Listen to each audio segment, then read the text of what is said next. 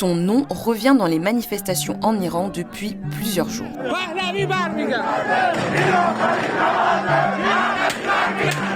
Reza Pahlavi, 65 ans, est le fils aîné de l'ancien Shah d'Iran.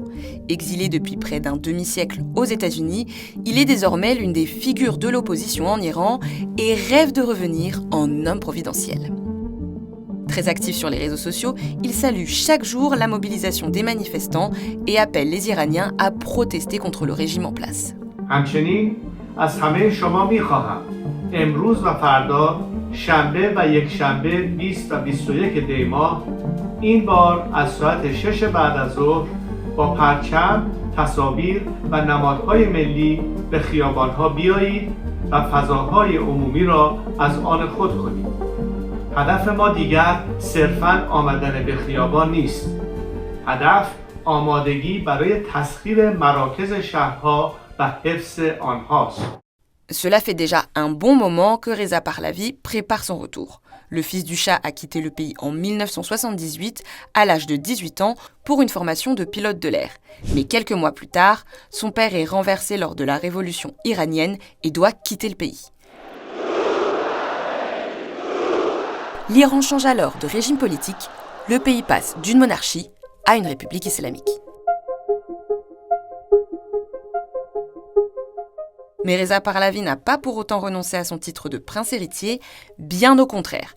À chaque fois que le régime des mollahs est fragilisé par une crise, il se rappelle aux bons souvenirs des Iraniens. C'était déjà le cas en 2009 lorsque des manifestations éclatent après la réélection contestée du président Mahmoud Ahmadinejad. On attend à ce que les grands de ce monde prennent une position claire sur ce dossier. Est-ce qu'ils sont avec nous ou est-ce qu'ils vont encore une fois passer par-dessus nos têtes par raison de réel politique ou de dialogue avec ce régime?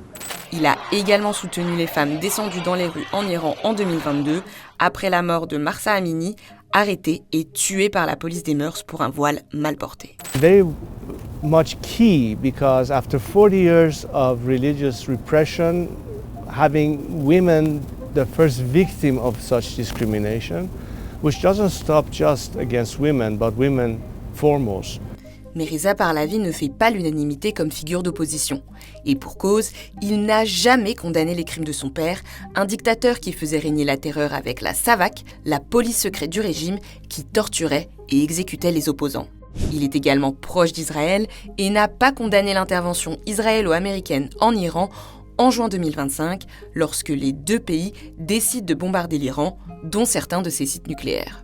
Enfin, s'il ne prône pas le retour d'une monarchie en Iran, il reste vague sur ses idées politiques tout en continuant de se faire appeler prince.